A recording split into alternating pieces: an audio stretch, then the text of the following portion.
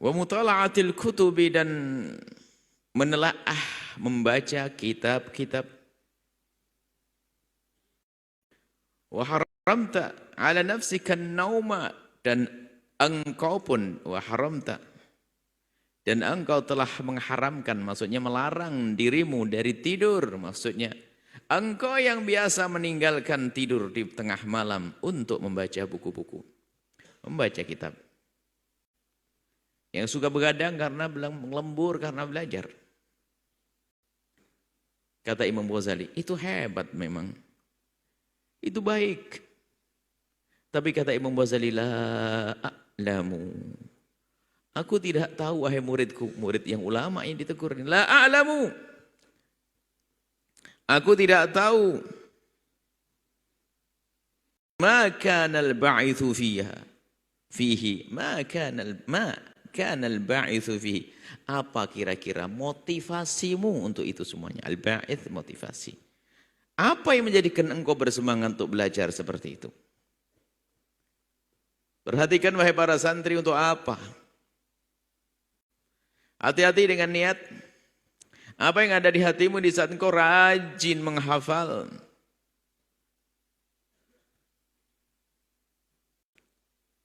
Seorang berkata dalam hatinya mendengar pertanyaan Imam Ghazali begini. Dia menjawab, Imam Ghazali, abahku seorang alim. Abahku ulama. Abahku punya mimbar. Abahku punya majlis. Abahku punya pondok. Aku sekarang menuntut ilmu agar aku bisa menggantikan ayahku.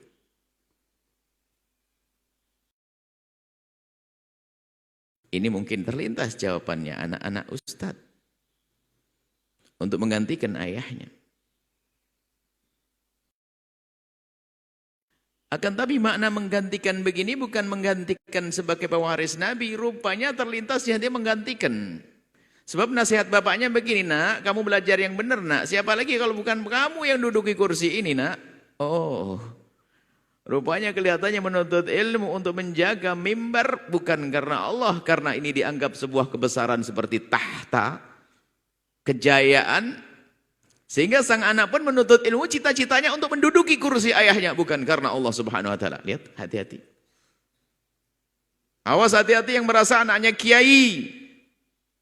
Untuk apa kalian menuntut ilmu, wahai anakku semuanya? Dengar, apakah kamu hanya ingin menduduki kursi ayahmu? Berarti yang kau cari adalah untuk mempertahankan kebesaran tersebut. Kebesaran ada makna sombong.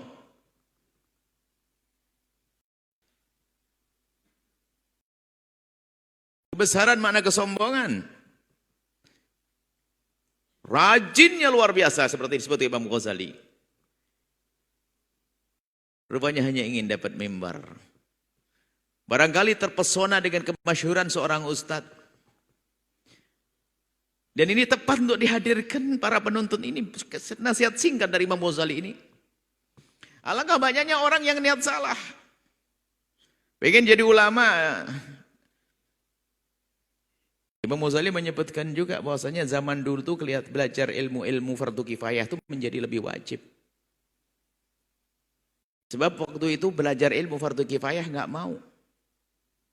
Belajar ilmu fardu kifayah nggak mau. Belajar fardu kifayah nggak mau. Kenapa? Yang disenangi belajar ilmu syariat, kata Imam Ghazali. Kenapa? Karena belajar ilmu syariat biasa menguasai tanah-tanah wakaf. Oh dulu, tanah-tanah wakaf. Belajar ilmu kedokteran waktu itu nggak ada yang senang. Sekarang kebalikannya. Kan begitu? Bukan itu permasalahan. Permasalahannya adalah niat yang tidak baik gitu loh. Niat yang tidak baik.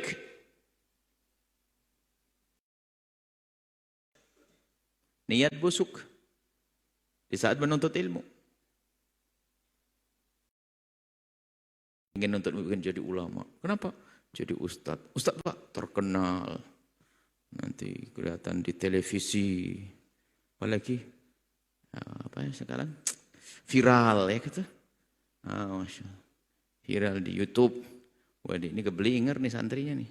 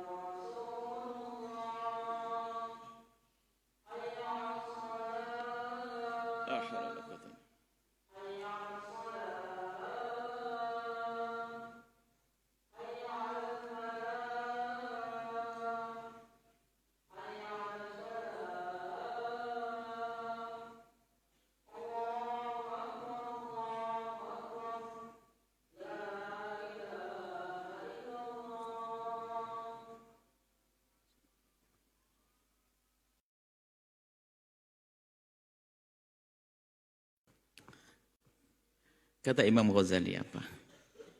La a'lamu ma kana al-ba'itsu fihi. Aku tidak tahu yang terlintas dalam hatimu itu apa? Niatmu apa waktu kamu datang ke sini? Pertahankan kursi kebesaran ayahmu atau ingin menjadi pewarisnya Nabi? Nah, gitu. Hati-hati niatnya, lembut sekali. Halus. Ingkana naila aradid dunya. Dalam naskah lain ingkana niyatuka. Sebagian naskah ada niyatuka. Bahkan sebagian naskah sudah dirubah ingkanat niyatuka. Pada ingkana niyatuka juga boleh. Dan muannasnya bukan muannas hakiki. Ingkana niyatuka, ada ingkanat niyatuka. Di sini jelas ingkana al-ba'itsu. Kembali kepada al-ba'itsu fihi. Sah. Naskah lain bunyi ingkana niyatuka, sah. Sesuaikan dengan maksud. Ingkana niyatuka, kalau memang niatmu, atau ingkanat niyatuka, kalau niatmu adalah naila qaradid dunya, untuk mendapatkan dunia. Wah, undangan ceramah, Masya Allah. Ya, belajar ceramah semangat. Innalillah. Tujuannya kalau tujuannya biar diundang sih bagus, karena ilmunya akan tersebar. Tujuannya diundang biar cari duit nanti.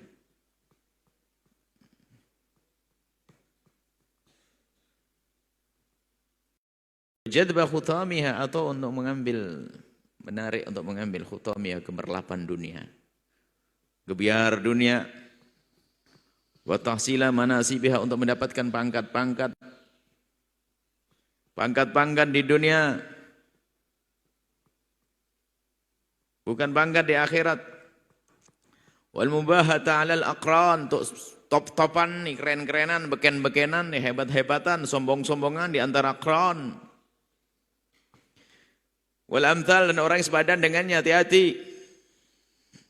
Sebetulnya akan terlihat di sepanjang perjalananmu dalam menuntut ilmu, wahai para santri, untuk tidak menjadi orang yang mubahah, sombong-sombongan.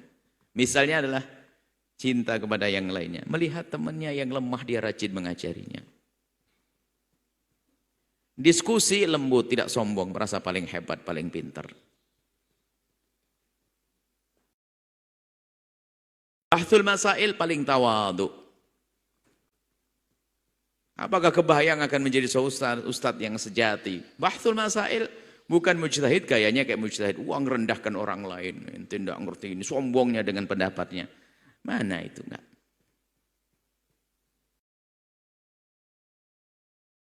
Di pesantren kan ada istilah bahthul masail, itu untuk menghidupkan kita dalam irama, itu menghidupkan diskusi. Tukar-menukar pikiran, tapi jangan sombong dong. Akhlak itu.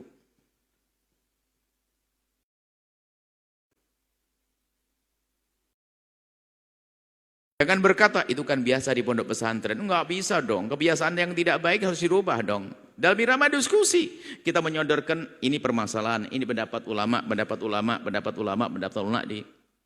didiskusikan, kemudian yang paling cepat, yang paling tepat dengan problem itu apa, begitu.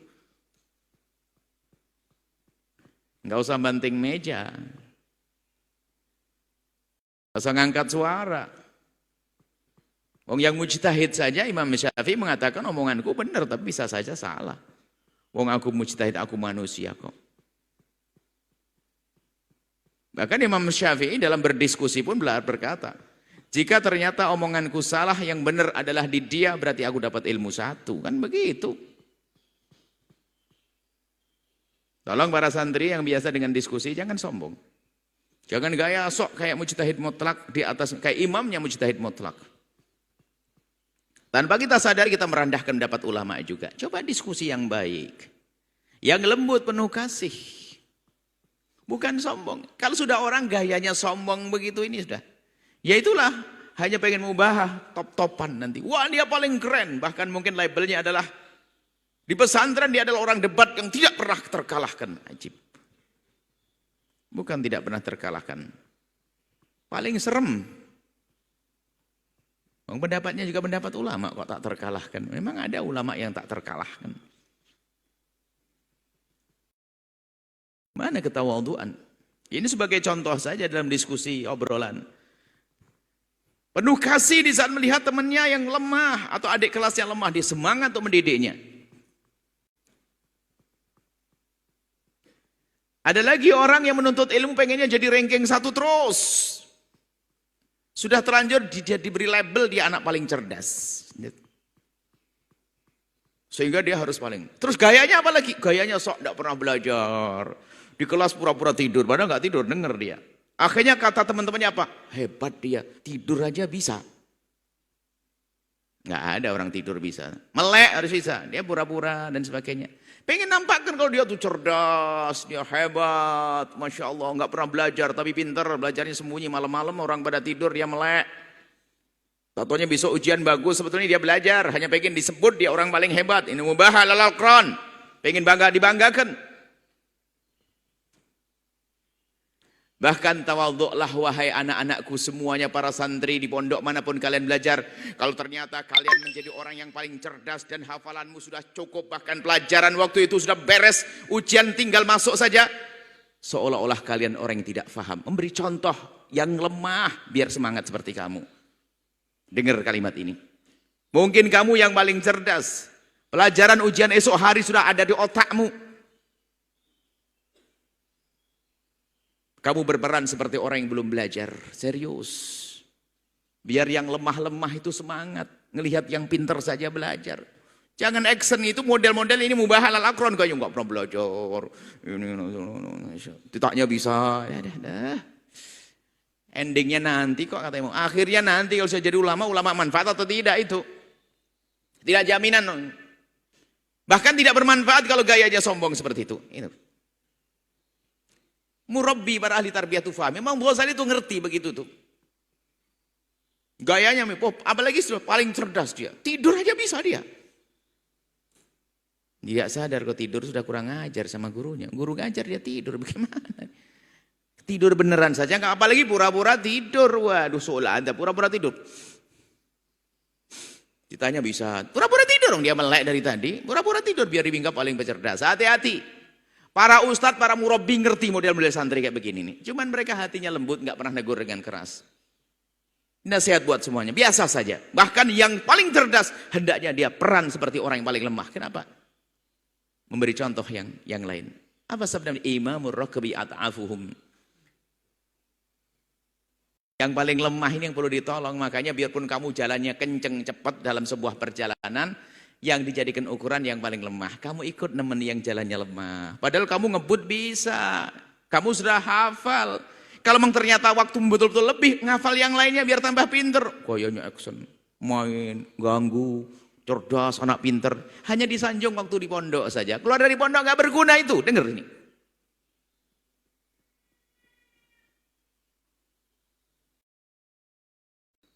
Pengen ranking 1 terus. Lihat nih, gara-gara niatnya nggak bener, jeblos. Saat kekali tidak ranking 1 sudah stres kayak serang orang gila. Karena memang gayanya sombong dia. Gara-gara nggak ranking 1 sudah wah kayak dunia kiamat. Memang yang dikit-dikit sombong, kesombongannya. Bukan begitu.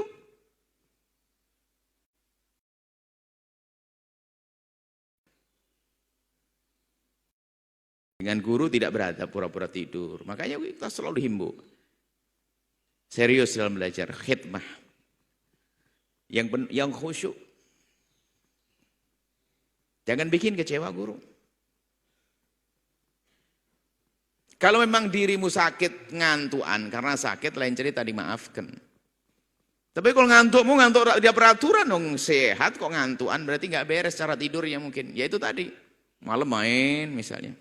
Atau goda orang lain, yang lain belajar, dia nggak belajar. Nggak seperti itu. Lihat cerdas Imam Ghazali. Mubah halal akron, hebat-hebatan. Biar wah hebat betul dia. Paling cerdas. Alfiya Ibnu Malik dia hafal dari belakang lagi. Dari belakang dong. Belakang, ngafal dari belakang, mundur. Zubat, luar kepala enteng. Dia ngafal Zubat sebulan setengah. Oh iya benar. Masya Allah. Tapi sombongnya selangit. Rendah. Sombongnya selangit.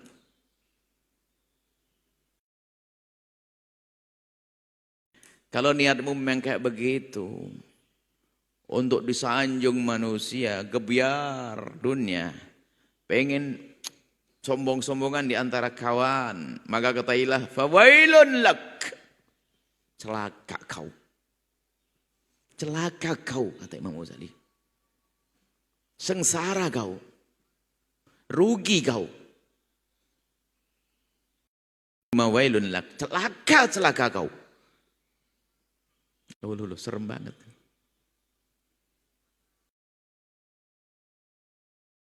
Ingat, ini nasihat ini luar biasa, ini dari Imam Ghazali, tolonglah.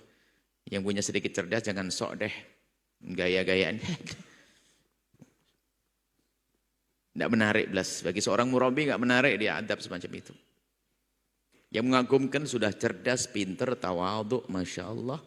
Masih ingat apa kata Imam Zarnuji? Dalam taklim-taklimnya sudah kita selesai membacanya. Murid hebat, dengar semuanya. Dengar semuanya. Pulpennya diletakkan dulu sejenak. Ngadep sini. Sejenak. 1 detik. Baru setelah itu nulis. Karena itu nulis, tidak tahu apa yang ditulis. Apa kata Syekh Zarnuji? Ingat. Penuntut ilmu sejati adalah hormatnya dengan guru. Biarpun dia mendengar omongan itu yang ke1000 kalinya, dia seperti orang mendengar pertama kali. Adabnya seperti dengar pertama kali. Padahal dia sudah dengar ke1000 kali. Nggak ada kata bosan itu lagi ustaznya itu. Atau malah sudah tahu saya. Nggak ada begitu. Biarpun kamu sudah tahu, hei santri. Kalau sudah ustadz ngomong dengar. Seperti engkau mendengar pertama kali. Biarpun engkau mendengar sudah yang ke1000 kali. Adabnya kepada guru. Sudah ambil lagi pulpennya, tulis lagi. Nah,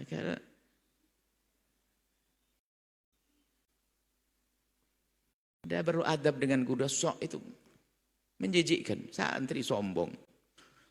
Kalau sudah pinter gayanya lain lagi, nanti ngoreksi gurunya. Kalau sudah ngomong, apalagi guru salah sedikit, sombongnya. Apa itu? Bisik-bisik. Ya.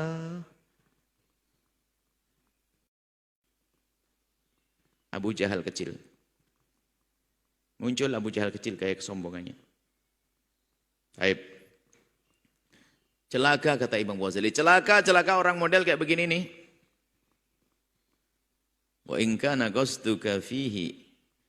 Tapi kalau memang maksudmu fihi dalam menuntut ilmu, mengulangi pelajaran, hafalan segala macam tadi, kalau qasduka fihi, kalau maksudmu di dalam menuntut ilmu, mengulangi pelajaran, kamu nginep di pondok, ninggalkan keluarga dan seterusnya, jika tujuanmu adalah ihya syariatin Nabi sallallahu alaihi wasallam, untuk menghidupkan syariat Nabi.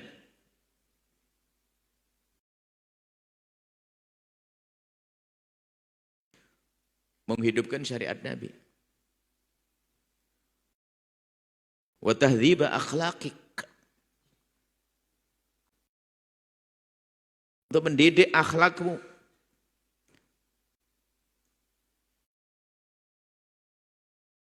Kasral nafsi al-ammarati bisu, untuk mematahkan hawa nafsu yang selalu ngajak kepada keburukan. Jika engkau menuntut ilmu itu ternyata adalah niat tersembunyi di balik hatimu untuk menghidupkan syariat Nabi sallallahu alaihi wasallam, atau untuk memperbaiki akhlakmu agar sesuai dengan akhlak beliau, tubalak, keberuntungan bagimu. Tuba keberuntungan, lawannya wailun lak. Tubalak, keberuntungan bagimu wahai para santri kalau memang niatmu begitu. Thumma tuba lak, sungguh thumma tubalak. Kemudian ditambah lagi keberuntungan dan keberuntungan untukmu. Keberuntungan.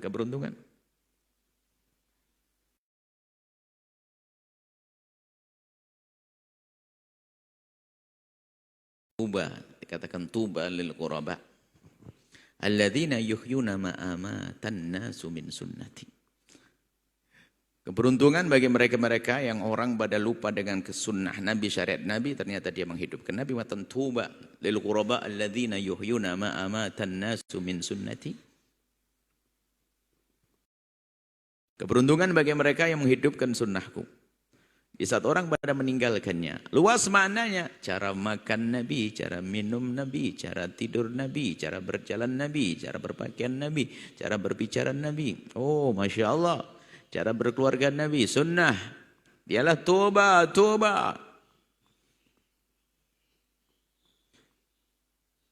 Dan kalian jadi santri di hari ini pun juga menjadi orang yang tuba beruntung. Sebab apa? Aneh. Zaman begini kok kamu hidup terkengkang. Nggak megang handphone. Zaman media-media besar, internet hanya terbatas waktunya kalau ada tugas.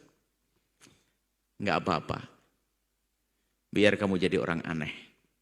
Aneh kalian santri ini. Tapi aneh-aneh yang disebut Nabi sanjung Nabi. Bada'ad-dinu ghariban.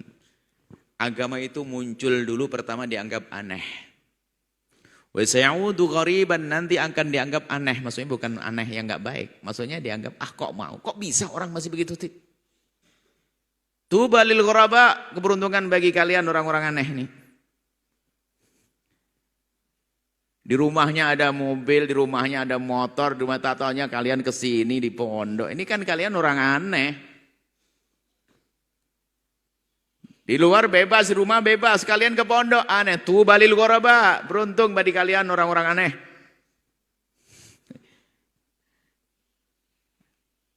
Aneh yang tersanjung, bukan aneh yang aneh. Al-ghurba alladzina yuhyuna ma amatan nasu min sunnati. Niat di dalam hatimu menghidupkan sunnah Nabi ini. Walaqad sadaqa man qala syi'ran, sungguh sudah sangat benar apa yang dikatakan oleh seseorang dalam kalimat syairnya.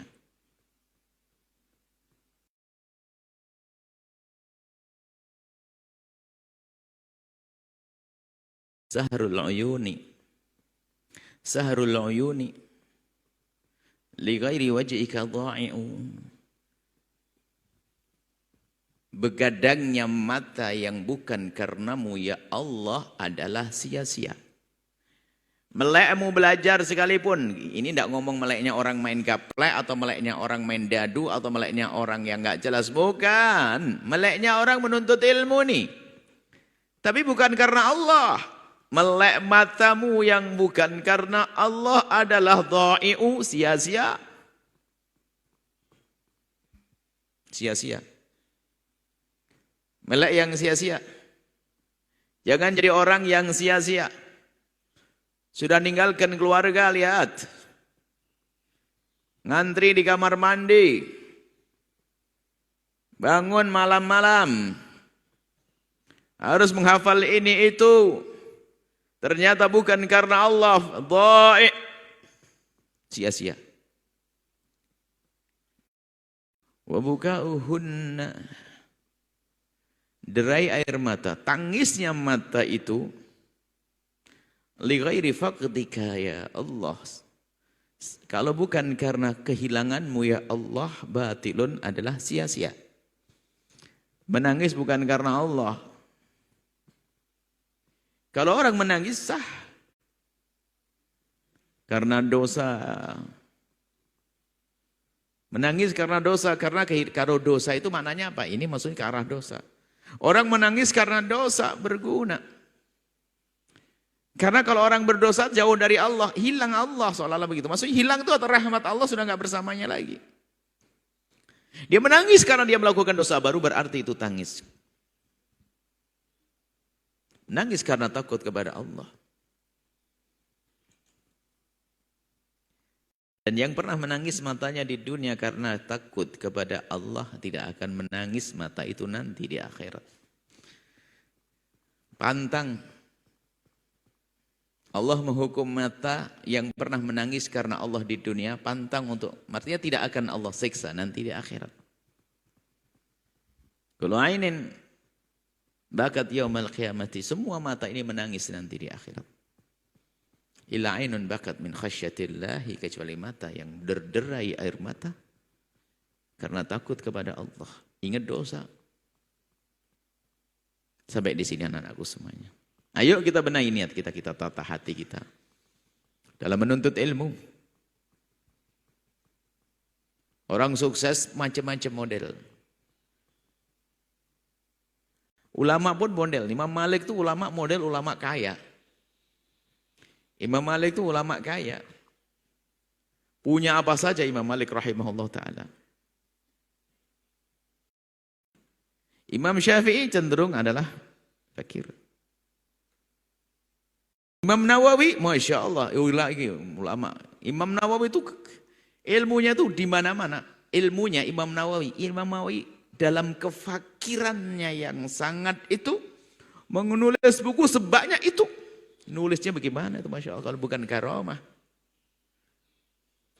Bukunya Imam Nawawi itu satu perpustakaan. Nggak ada komputer.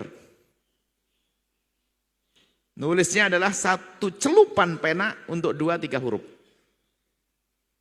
Celup lagi sampai begitu. Karangan Imam Nawawi. Karena begitu berjilid-jilid. Kalau kita hidup membaca dari awal sampai akhir nggak selesai. Kita nggak akan mampu baca semua kitabnya. Puasa setiap hari Imam Nawawi. Karena tidak ada yang dimakan. Karuan deh sama-sama nggak ada dimakan. Fakir. Belajarnya pun sambil bekerja dia, sambil menjaga toko, sebagai warung, menjaga warung sambil belajar. Bagaimana dengan kesibukannya untuk mengisi perutnya sambil belajar bisa alim? Ini sama orang tuanya sudah dimanja untuk tinggal di pondok, nggak usah pakai macem-macem. Lah kok masih malas belajar nih bagaimana? Imam Nawawi seperti itu. Sampai menjadi ulama gede. Puasa setiap hari. Buka dengan air putih, sahur dengan air putih. Makan agak berisi adalah setelah sholat Isya. Supaya di tengah-tengah. Allah. Ya.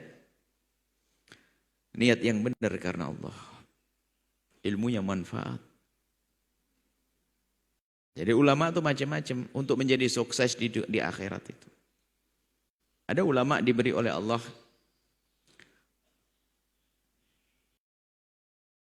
dunia. Cuman karena ulama dunianya berarti untuk akhirat. Jadi bukan jaminan orang diberi kekayaan itu selamat, juga bukan jaminan orang fakir itu selamat. Nggak ada.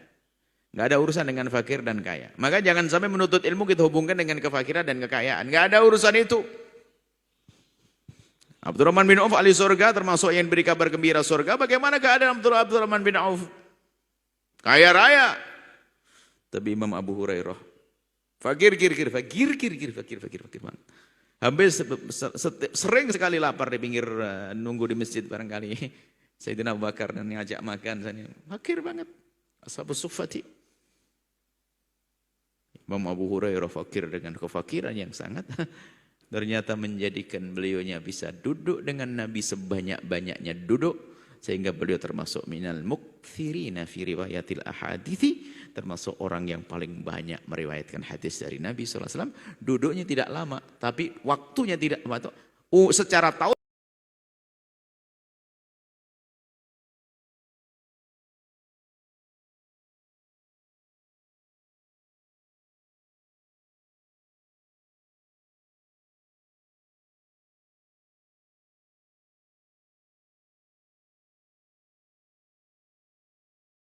Tidak lama, tapi secara waktu lama.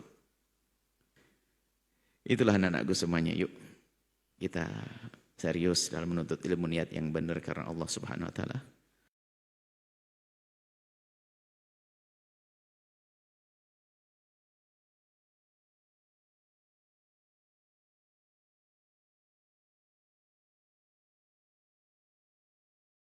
Para santri, selain daripada santri Al-Bahjah, titip salam buat guru-guru kalian ya. Mintakan doa. Santri-santri, selain santri Al-Bahjah, pegangi gurumu nak. Jangan gampang terpesona dengan guru-guru yang ada di luar. Pintumu adalah gurumu. Kalaupun kalian ingin menimba ilmu di tempat lain, harus restu dari gurumu. Salam ta'zim. Pegangi gurumu, ada keberkahan di balik keseriusanmu dalam berpegang kepada guru nak ya. Semoga Allah memberikan kepada kalian ilmu yang bermanfaat. Semoga Allah memberikan kepada kita semua ilmu yang manfaat. Allah mudahkan kita dalam menuntut ilmu. Allah memberikan kepada kita kemudahan dalam mengamalkan ilmu. Dan semoga Allah menjaga hati kita, niat kita tulus karena Allah. Allah mengampuni orang tua kalian semuanya, guru-guru kalian semuanya. Allah mengampuni orang tua kita, guru-guru kita semuanya. Yang sempit rezeki, lapang rezeki, panjang umur, sehat afiat, husnul khatimah. Al-Fatihah. A'udzu billahi Bismillahirrahmanirrahim. Alhamdulillahirrahmanirrahim. Ya kan astagfirullah.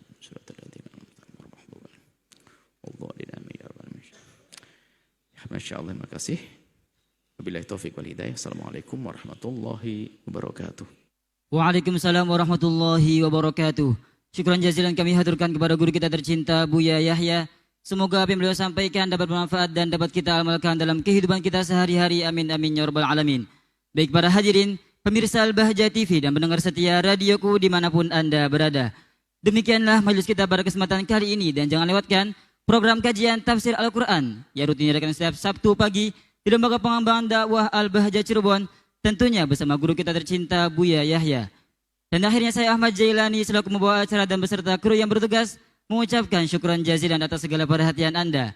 Mari kita tutup majelis yang mulia ini dengan pembacaan doa kafaratul majelis. Subhanakallahumma bihamdika asyhadu an la ilaha illa anta astaghfiruka wa atubu ilaik. Assalamualaikum warahmatullahi wabarakatuh.